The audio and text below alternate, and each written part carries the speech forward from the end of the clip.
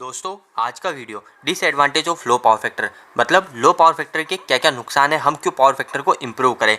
यह क्वेश्चन बहुत आ रहा था कमेंट बॉक्स में कि सर पावर फैक्टर को हम इम्प्रूव क्यों करें, हमको क्या बेनिफिट है। दोस्तों यही वो टॉपिक के ऊपर वीडियो है। इसके अंदर मैं आपको 5 पॉइंट ऐसे बता रहा हूँ जो आप इंटरव्यू में बता सकते हो और इन सबको मैं समझा दूंगा, बहुत ही ईजी है। तो दोस्तों फर्स्ट पॉइंट जो है वो है large KVA rating size of electrical equipment. ठीक है, लार्ज केवी रेटिंग मतलब केवी रेटिंग का मतलब क्या हुआ दोस्तों, आपने दोस्तों कोई भी इलेक्ट्रिकल के जो इक्विपमेंट होते हैं, इलेक्ट्रिकल के सारे इक्विपमेंट जो होते हैं ना दोस्तों, वो होते हैं रेटिंग उसकी केवी की होती है या फिर उसके रेटिंग होती है एम्प्स की यानी एम्पियर। अब आप बोलोगे कि नहीं सर किलोवाट में भी होती है और एचपी में भी होती है, वाट में भी होती है। तो दोस्तों वो होती है, पर जो हमारे जो इक्विपमेंट यानी जितने भी सारे इक्विपमेंट होते हैं जो हमको इलेक्ट्रिसिटी वापस रिटर्न में दे रहे होते हैं, जैसे हमारा ट्रांसफार्मर होता है।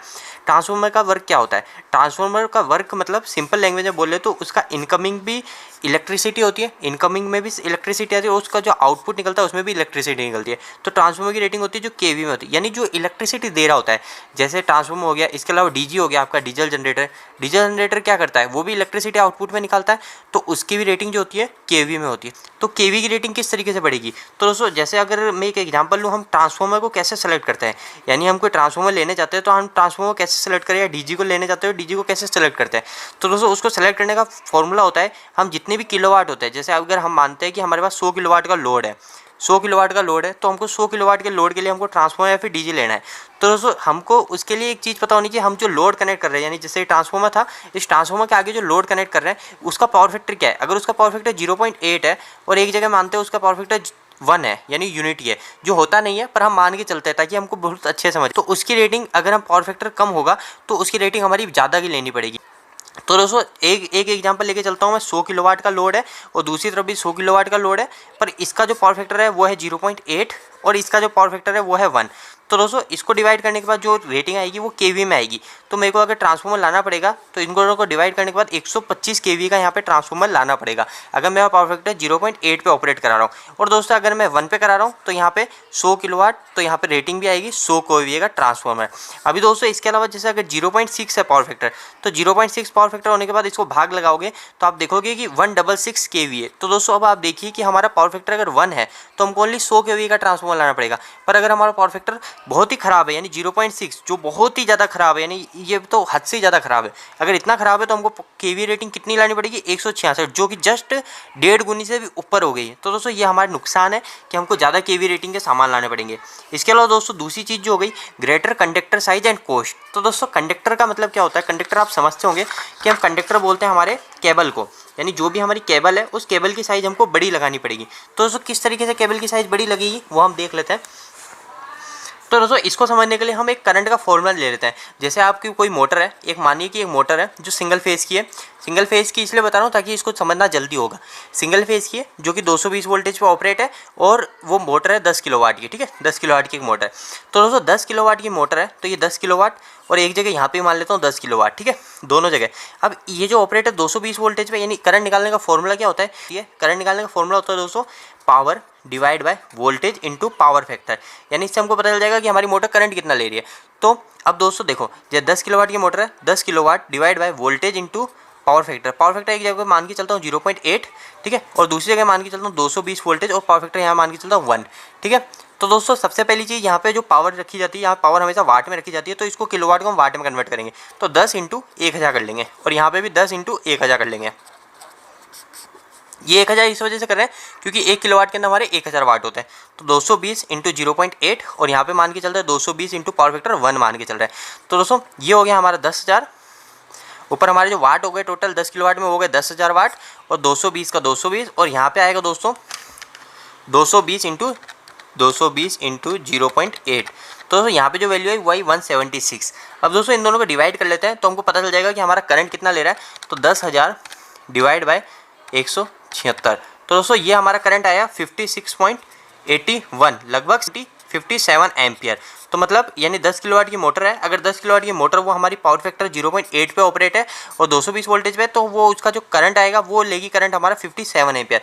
और वहीं 220 वोल्टेज पे ही है और पावर फैक्टर अगर उसका 1 है तो वो करंट लेगी दोस्तों 10,000 डिवाइड बाय 220। तो दोस्तों वो करंट लेगी हमारी 45.45। तो ये करंट लेगी दोस्तों हमारे 45.45 यानी 45.50 एम्पियर यानी 45.5 एम्पियर। और अगर यही मोटर सेम मोटर है यानी दोनों सेम मोटर है, ये भी सेम मोटर है और ये भी सेम मोटर है, पर इसका पावर फैक्टर जो 0.8 है तो ये करंट लेगी 57 एम्पियर और इसका पावर फैक्टर अगर 1 है तो ये करंट लेगी 45 एम्पियर। तो दोस्तों देखो कितना बड़ा डिफरेंस आ रहा है, लगभग 10 एम्पियर 12 एम्पियर का डिफरेंस आ रहा है। तो दोस्तों ये फर्क होता है पावर फैक्टर इंप्रूव करने का। तो अगर दोस्तों ये हमारी जो अगर मोटर ज़्यादा करंट लेगी तो हमको क्या करना पड़ेगा, इस पे जो मोटर पे जो हम सब केबल लगा रहे हैं, जो हमारे पावर सप्लाई की जो केबल लगा रहे हैं वो पावर सप्लाई की केबल ज़्यादा मोटी लगानी पड़ेगी। जैसे 4 स्क्वायर mm की लगा रहे हैं, जैसे हम एग्जांपल लेके चल रहे हैं, यानी 4 स्क्वायर 10 स्क्वायर mm जो भी इस केबल लगा रहे हैं तो उसको हमको बड़ी लगानी पड़ेगी। जैसे यहाँ 4 लगा रहे हैं तो यहाँ पे 6 लगानी पड़ेगी। तो दोस्तों ये फर्क हो जाएगा। तो दोस्तों अगर 6 स्क्वायर mm की केबल लाएंगे तो उसकी कॉस्ट ज़्यादा हो जाएगी और हमको साइज बढ़ानी पड़ेगी। तो दोस्तों अब बात करते हैं थर्ड पॉइंट की। थर्ड पॉइंट ये बोलता है कि plenty from electrical supply company. दोस्तों ये तो बहुत ही सिंपल है, आपको पता ही होगा कि अगर आप एक इंडस्ट्री में काम करते हैं, जैसे आपकी ये इंडस्ट्री है, ठीक है, और एक ये दूसरी इंडस्ट्री है, इसका पावर फैक्टर दोस्तों 0.8 है और इसका पावर फैक्टर है 1, ठीक है, जो बेस्ट पावर फैक्टर है। और यहाँ से कंपनी से सप्लाई आ रही है इसको भी और इसको भी। तो दोस्तों अगर मान के चलते यहाँ पे भी 10 किलोवाट का लोड है तो यहाँ पे 10 किलोवाट का लोड है, यानी दोनों में 10 किलोवाट का लोड है। तो दोस्तों इलेक्ट्रिकल सप्लाई यहाँ पे दोनों में दे रही है कंपनी, यहाँ पे भी इलेक्ट्रिकल कंपनी यहाँ पे सप्लाई दे रही है, यहाँ पे भी दे रही है। तो दोस्तों अगर यहाँ पे 10 किलोवाट का लोड है और यहाँ पे 10 किलोवाट का लोड है पर 0.8 पावर फैक्टर है, तो दोस्तों अभी हमने देखा था कि अगर 0.8 पावर फैक्टर होगा तो हमको यहाँ से जो इलेक्ट्रिकल कंपनी होगी इसको यहाँ से 57 एम्पियर करंट भेजना पड़ेगा। और अगर 1 पावर फैक्टर होगा यानी यूनिटी पावर फैक्टर होगा तो इस कंपनी को इसी लोड के ऊपर यहाँ से ओनली 45 एम्पियर करंट भेजना पड़ेगा। तो दोस्तों ये डिफरेंस होगा, यानी ये कंपनी को कुछ बेनिफिट तो हो नहीं रहा है, यहाँ पे इस कंपनी को ये नुकसान होगा कि इसको ज़्यादा पावर बनानी पड़ेगी और इस कंपनी को भी कुछ फायदा नहीं है। ये जो भी पावर एक्स्ट्रा जा रही है तो ये सारी लॉस में जा रही है, क्योंकि आपको पता है कि दोनों में लोड तो सेम ही है, इसमें भी 10 किलोवाट लोड है, इसमें भी 10 किलोवाट लोड है। पर दोस्तों क्या हो रहा है, इसमें पावर फैक्टर यहाँ पे खराब है तो इस वजह से यहाँ पे करंट ज़्यादा ले रही है पर इसका बेनिफिट कुछ नहीं है। तो इसलिए यहाँ पे जो इलेक्ट्रिकल जो सप्लाई कंपनी होती है, ये कंपनी इस कंपनी से चार्जेस लेती है कि अगर आप अपना पावर फैक्टर सही नहीं करोगे तो हम आपसे चार्जेस लेंगे। तो दोस्तों ये थर्ड पॉइंट भी क्लियर हो गया होगा कि plenty from electrical supply company, मतलब हम इस कंपनी से पेलेंटी से बचने के लिए भी पावर फैक्टर को इंप्रूव करते हैं। तो दोस्तों फोर्थ चीज़ हुई वो हो लो एफिशिएंसी। तो लो एफिशिएंसी का अर्थ आपको मैं क्लियर करूं एक एग्जांपल से कि लो एफिशिएंसी क्या होता है। ये थर्ड पॉइंट हो गया plenty from electrical supply company, ये फोर्थ चीज लो एफिशिएंसी। एफिशिएंसी का मतलब क्या होता है दोस्तों, एफिशिएंसी का मतलब होता है सेविंग एक तरह की। अगर एफिशिएंसी का मतलब यानी सेविंग प्लस 100% हमारा प्लांट कितना प्लांट चल रहा है, हमारा प्लांट कितना रनिंग में, उसको बोलते हैं एफिशिएंसी। तो दोस्तों एक कंपनी है वो हमारे टेस्टर बनाती है, यानी जैसे ये कंपनी है, एक कंपनी हमारी, ये कंपनी हमारा एक दिन में 100 टेस्टर बनाती है और किसी दिन इसने 100 टेस्टर के बजाय 90 टेस्टर ही बनाए, यानी इस कंपनी ने 90 टेस्टर बनाए पूरे दिन में, तो इसकी जो एफिशिएंसी हुई 90% हुई। इसी तरह दोस्तों जो इलेक्ट्रिसिटी जो होती है, यानी इलेक्ट्रिसिटी अगर अपन एफिशिएंसी मानते हैं तो इलेक्ट्रिसिटी की एफिशिएंसी इस तरीके से निकलती है, वो बोला जाता है तो पावर फैक्टर के ऊपर, यानी पावर फैक्टर कितना इंप्रूव है। क्योंकि दोस्तों जितना पावर फैक्टर अच्छा होगा उतनी हमारी सेविंग होगी। सेविंग किस जगह से होगी आपको पता चलेगा कितनी जगह से हो रही है। इलेक्ट्रिकल इक्विपमेंट हमको सस्ते लाने पड़ेंगे, दूसरी से हमको कंडक्टर की साइज छोट कम होगी, तीसरी से हम पेलेंटी से बचेंगे, चौथी चीज दोस्तों अभी जैसे लो एफिशिएंसी है। तो दोस्तों अभी जैसे एफिशिएंसी किस तरीके से निकाली जाती है वो मैं आपको बताता हूँ। देखो दोस्तों हमारा जो मीटर होता है, इंडस्ट्री का जो मीटर होता है, आपने देखा होगा उसके अंदर 2 रीडिंग होती है, एक तो KWH की रीडिंग होती है और एक होती है KVAH की रीडिंग। तो दोस्तों KWH की रीडिंग के अंदर कभी भी आप उसमें डिवाइड लगा दो KVAH, तो दोस्तों इन दोनों को डिवाइड करने के बाद जो आंसर आता है वो आता है दोस्तों कोस थीटा। तो जो कोस थीटा होता है ये एफिशिएंसी होती है। अगर जैसे हमारा पावर फैक्टर 0.8 है तो मतलब हमारा प्लांट की जो इलेक्ट्रिकल की जो एफिशिएंसी वो 80%, अगर 0.9 है तो हमारा इलेक्ट्रिकल की जो एफिशिएंसी वो 90% है। तो दोस्तों कुछ इस तरीके से एफिशिएंसी निकलती है, वो बोलते हैं लो एफिशिएंसी। और पांचवी चीज हुई दोस्तों इक्विपमेंट लॉन्ग लाइफर। दोस्तों ये बहुत ही इंपॉर्टेंट है इक्विपमेंट लॉन्ग लाइफर। इसका अर्थ ये है, बहुत ही सिंपल है कि जैसे अगर मैंने अभी आपको एग्जांपल बताया था, एक ये मोटर है और एक ये मोटर है, ये दोनों 10-10 किलोवाट की मोटर है, ये भी 10 किलोवाट की थी और ये भी 10 किलोवाट की थी, है ना।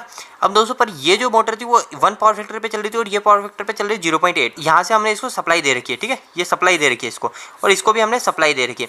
पर दोस्तों ये जो मोटर है 10 किलोवाट की, पर ये जो करंट ले रही है हमारी ये 57 एम्पीयर ले रही है, पर ये वाली जो मोटर करंट ले रही है हमारी 45 एम्पीयर ले रही है। तो दोस्तों आपको पता है कि मोटर के अंदर क्या होता है, एक वाइंडिंग होती है सिंपल सी, एक वाइंडिंग पे इंसुलेशन क्या जाता है। तो इंसुलेशन कब फेल होता है, यानी आपको पता है इंसुलेशन समय के साथ जब धीरे धीरे गर्म ज़्यादा होगा तो गर्म होने की कंडीशन में जितना जल्दी ज़्यादा गर्म होगा उतना उसकी लाइफ कम होती जाएगी। तो दोस्तों आज नहीं तो ये मोटर कल, जैसे दोस्तों अगर ये मोटर 45 एम्पीयर ले रही है और ये 57 एम्पीयर ले रही है, सेम मोटर है, तो दोस्तों आपको लगता है ना कहीं ये मोटर अगर ज़्यादा करंट ले रही है तो इसका इंसुलेशन धीरे धीरे करके वीक होता जाएगा। आज नहीं तो कल ये, यानी समय के साथ इससे जल्दी ये इसका इंसुलेशन फेल होगा, क्योंकि ये मोटर ज़्यादा हीट होगी, क्योंकि ज़्यादा करंट ले रही है। तो दोस्तों ये कुछ पॉइंट्स है जो मैंने आपको बताए हैं डिसएडवांटेज और लो पावर फैक्टर के। दोस्तों उम्मीद है कि अब आप समझ गए होंगे कि पावर फैक्टर इंप्रूव करना हमारे लिए कितना इंपॉर्टेंट है। अगर फिर भी दोस्तों आपको कोई भी क्वेश्चन इस वीडियो के प्रति या फिर इलेक्ट्रिकल से रिलेटेड हो तो आप मुझे नीचे कमेंट बॉक्स में कमेंट करके जरूर बताएं। मैं हो सके उसके ऊपर बहुत जल्द वीडियो बनाने की कोशिश करूंगा। यह वीडियो आपको कैसा लगा दोस्तों, वीडियो को एक लाइक करके जरूर बताना। इलेक्ट्रिकल की वीडियोस अगर आप हिंदी में देखना पसंद करते हैं आज ही इस चैनल को सब्सक्राइब कर लीजिए। आज के लिए इतना ही, धन्यवाद।